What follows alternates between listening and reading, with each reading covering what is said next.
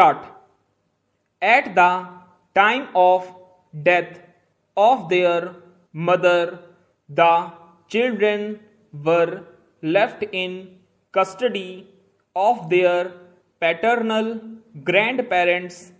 with whom their father is staying, and the attempt of the respondent number 1 was to alter that position before the application filed by them is considered by the family court. For this purpose, it was very relevant to consider whether leaving the minor children in custody of their father till the family court decided the matter would be so detrimental to the interest of the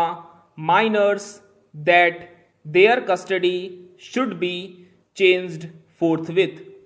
The observations that the father is facing a criminal case, that he mostly resides in USA, and that it is alleged that he is having an affair with another lady, are, in our view, not sufficient to come to the conclusion that custody of the minors should be changed immediately.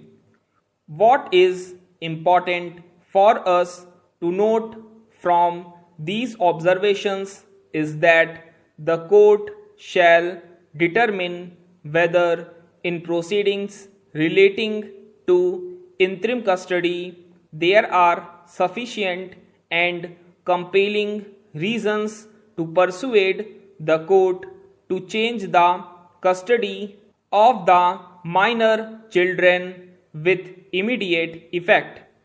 Stability and consistency in the affairs and routines of children is also an important consideration, as was held by this court in another decision cited by the learned counsel for the appellant.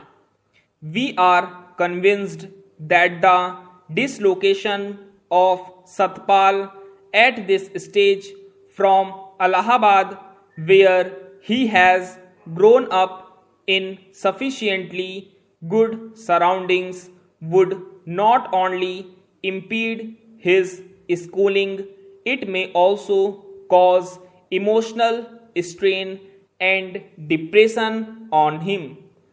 After taking note of the marked reluctance on part of the boy to live with his mother, the court further observed, under these circumstances and bearing in mind the paramount consideration of the welfare of the child, we are convinced that child's interest and welfare will be best served if he continues to be in the custody of the father.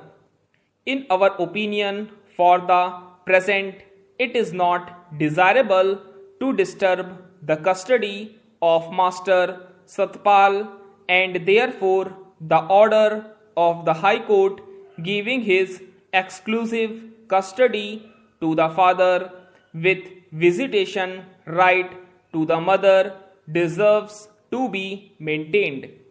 The children have been in the lawful custody of the respondents from October 2007. In the case of Rajpal Singh versus Sumesh Nagpal, it was argued before this court by the counsel that welfare of child should be seen. The learned counsel for the appellant has placed reliance on the case of Mohsin versus Reshma. In this case, the High Court had set aside the order of the civil judge granting the custody of the child to her mother's paternal aunt, while the